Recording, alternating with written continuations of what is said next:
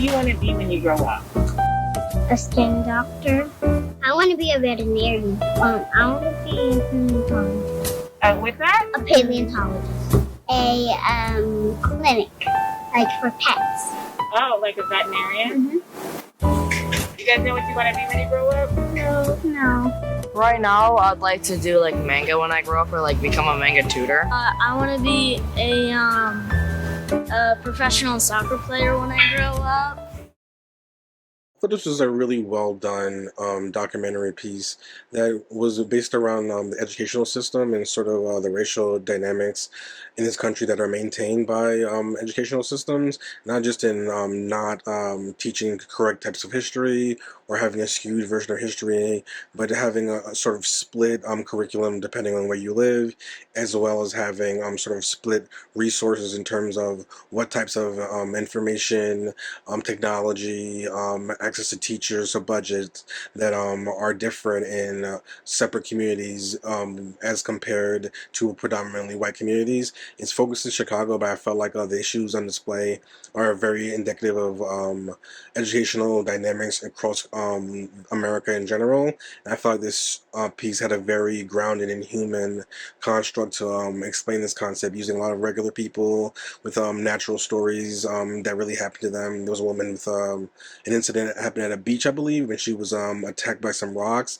These are people that are not relatively that old right now, which shows you how recent a lot of these racial dynamics are.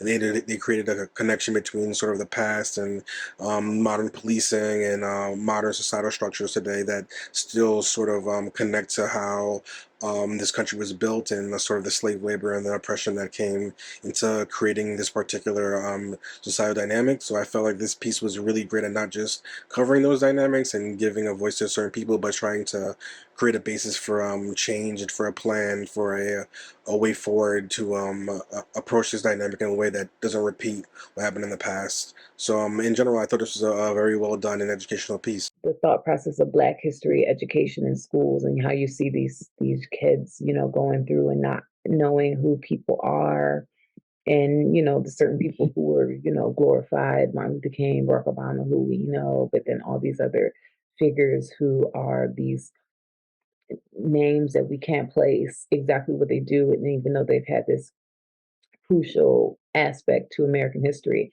And there's this whole modern day discussion of CRT, critical race theory, and why it shouldn't be taught in schools. And it's just like,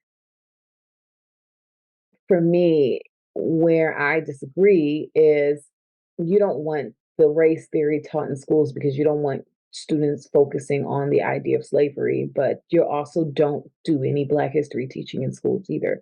You don't focus on all the Black inventors either, or maybe you do for a week during February.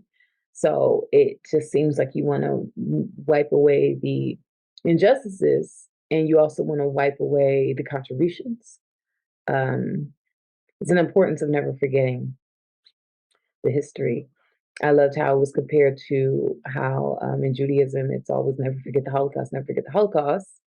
And, there's all this protection centered around the Holocaust, but that same protection does not exist within the African American experience. There's no protection or reparations or I'm sorry for slavery. I loved the comparison of the Black church to the synagogue, once again, comparing those two cultures, even though they're treated vastly differently in America, where one is respected and one is not. How the temple is no longer available for the Jews, so the synagogue became that institute for learning, and how the Black church has kind of become our institute for community, for learning. It's been a political vessel. There were several. It's a campaign stop going to certain Black churches to speak directly to the people. If you look at like Martin Luther King, it was a rallying place for political and social change. It was the birthplace to several forms of music, gospel, blues. It's the birthplace to a specific form of preaching, praise dancing. It's our cultural epicenter, and how that relates to sort of the synagogue and how that is for them. It's where people find husbands and wives and raise children and build community. I think slavery never went away. It just changes form. It's just within the judicial system. We'll enslave them by arresting them and then have cheap labor that way. It's within the education system. We'll enslave them by prohibiting them from learning about their true potential. It's within the housing system. We'll enslave them by not allowing them to live certain places. It's within the banking system. We'll enslave them by not allowing them to get loans so that they can pull themselves out of financial debt and reach toward prosperity in a large scale. Slavery never ended. It's just not. It doesn't look the way it used to look. I can go on for hours about that. I won't. It's a long doc, and it's a long doc because there's a lot to say. It speaks about how important it is to be educated on your history and Black history. And I think that it did a really great job of presenting information in a really accessible way. They talked up to people from Chicago that had been there from birth and their experiences, 60 years ago versus today and what the city looks like, but also speaking to children and asking them and finding out what their experience is like and what they want to be when they grow up, and quizzing them on historical Black figures, which was really fun. And as the audience member, you also get to play along, which is great. But I also really appreciated how it does talk about the shortcomings of the American education system when it comes to learning about Black history. And more often than not, it really starts at slavery and ends with, Barack Obama. And Black history did not start at slavery. It started much, much, much further than that, and there is rich culture and stories and lineages that are not given their due diligence and not given the attention that they deserve. And I think it's really, really important for people to remember that, because if you only associate Blackness with slavery, it's like this much. I thought that it covered a really vast array of topics, but they all tie together because it's a nuanced thing. But I think they did a really great job of breaking it down, making it accessible for people of all ages, of all education levels. And I really hope that at the end of the day, it inspires people to look at their own roots and where they came from.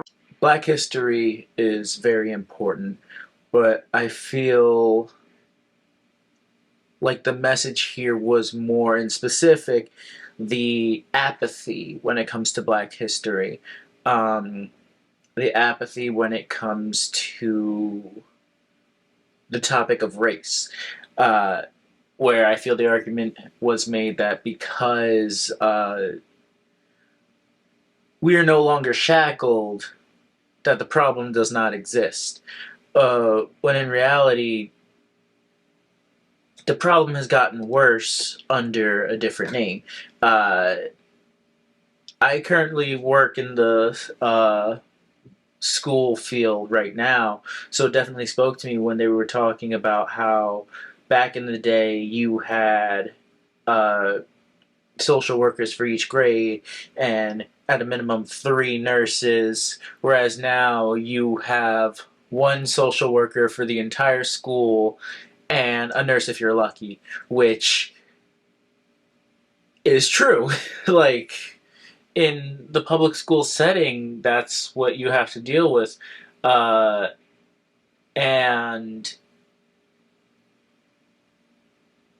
I feel like they replaced race with class and pretended like race wasn't the issue, when a lot of working class citizens tend to be minorities. And so I think it made a very strong message about just because the way it's called has changed doesn't mean the issue's not there anymore. these folks are wanting Chicago. They want to fix Chicago for one thing, and defeat racism there, and defeat discrimination there, and defeat all the murders that are happening, and serve as an example to the rest of the world. I really like the approach here of remembering history, and we have they're gathering these children and having them point out Black figures from history that they recognize and talk about, and each one was specifically from Chicago, had lived in Chicago or worked in Chicago. So they're really helping give these kids a community mindset, and and then talking about people about things about the older ladies, talking about things that happened in her past, the middle-aged man. And then there was a younger guy who was a former sheriff who's talking about the inadequacies that he experienced while working as part of the system. So we got people recalling the past, fixing the present, preparing the way for the future. It's really great. It's a very systemic approach to trying to defeat a evil systemic problem. And I really enjoyed it. And this is a really wonderfully made film. This was a multifaceted documentary. It went from history to mental illness to violence, everything that the Black community has struggled with. They have a lot of information in this in just a short time period, 1 hour, to learn. It's a lot. This would do well in an educational format, show kids what's going on. But yeah, was a lot of information. I agree where people say if you don't know history, you're doomed to repeat it, and that the kids are the future.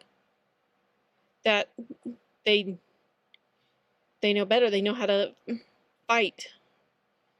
And it could be because they don't really notice what somebody looks like. So we should all be more childlike in that respect and start learning from each other. Which documentaries like this will help learn from what their stories are. This was a really interesting and informative documentary. It was really great to hear the different perspectives from kids and parents and families and people working within education. A really cool look at history and how it's taught in different curriculums. A really, really interesting documentary.